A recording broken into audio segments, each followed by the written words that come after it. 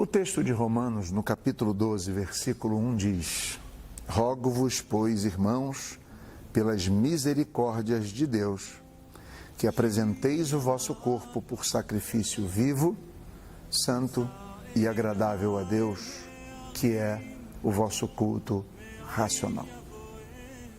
O texto precisa ser compreendido com muito cuidado, para que possamos entender o que agrada a Deus. No primeiro momento, Paulo começa dizendo: rogo-vos, irmãos, pelas misericórdias de Deus. Essa ideia de rogo-vos, na forma verbal que está nos originais ou no original grego, quer dizer algo que é clamado com intensidade. Paulo está intensamente clamando aos irmãos e rogando aos irmãos, apelando. É como se Paulo estivesse dizendo: pelo amor de Deus. E ele diz: rogo-vos pelas misericórdias de Deus. E aqui não é aquela misericórdia do dia a dia, que nos faz viver e respirar, mas de acordo com Champlin tem a ideia de um comentário da graça salvadora que Jesus manifestara nos crentes e que ele já dizia no seu texto. Paulo vinha falando sobre esta salvação, e quando ele diz rogo-vos pelas misericórdias, ele está falando de algo espiritual, de algo que tem a ver com bênçãos da salvação. Ele roga intensamente pelas misericórdias, pelo fato daqueles irmãos serem salvos, porque Deus manifestou esta misericórdia salvadora na vida deles, para que eles apresentassem o corpo deles. Ele diz: para que apresenteis o vosso corpo. Talvez não possamos olhar o corpo como algo mal em si, mas o que Paulo quer dizer aqui é que o corpo é esse instrumento que é usado por nossa vontade, por nossa inteligência, por nossos desejos, por nossos sentimentos. Paulo já defendera lá em Romanos, no capítulo 6, dizendo: irmãos, não apresentem os seus corpos como instrumento do pecado, mas como instrumento da justiça.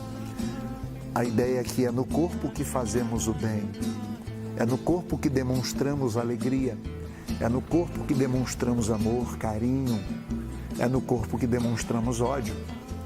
Ele está apelando aos irmãos, porque eles eram salvos em Jesus Cristo, para que eles apresentassem suas vontades, sua inteligência, suas emoções, sua consciência própria, como um sacrifício, diz ele, por sacrifício.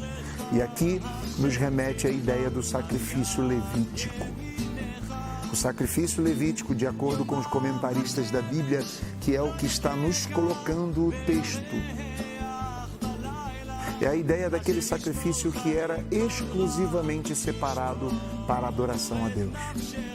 Era a ideia daquele animal que tinha que ter características físicas privilegiadas. O sacrifício levítico não era necessariamente um sacrifício que tinha vontade própria. A única vontade e, na verdade, a única razão da existência do sacrifício era o culto, era o serviço para Deus. Ele está dizendo: irmãos, eu rogo vocês intensamente que apresentem seu corpo, sua vontade, sua inteligência, suas emoções por sacrifício. E aqui a ideia de holocausto, que era completamente queimado para o serviço e adoração a Deus. O sacerdote não podia tocar. Ele quer que sacrifiquemos nossas vontades e que demonstremos isso por ações no corpo, que sacrifiquemos nossas emoções e que demonstremos isso por ação no corpo, que sacrifiquemos tudo que somos e que mostremos isso com ações no corpo. Rogo-vos, pois, irmãos, pelas misericórdias de Deus, que apresenteis o vosso corpo por sacrifício. E aí ele usa 3 qualificações do sacrifício. Ele diz: vivo, santo e agradável. Vivo tem uma conotação não de vida biológica. O termo aqui no grego é zoe, vem de zoe, que quer dizer comportamento. De Zoe aplicava-se a uma ideia de uma vida de mais substância, de uma vida caracterizada por práticas. E quando ele diz aqui, ele usa o termo vivo, tirado de Zoe, que quer dizer comportamento.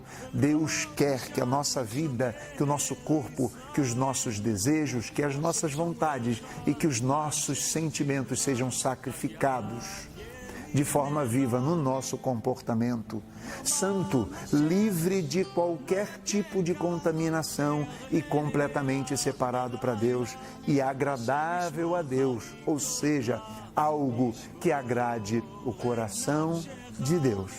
E ele diz que esse é o vosso culto racional. Preciso ainda tomar esse texto de culto racional para nós refletirmos que quando ele fala de culto racional, ele não está falando de culto da mente. O termo grego aqui quer falar de genuinidade, ou seja, é um culto genuíno, é um culto espiritual.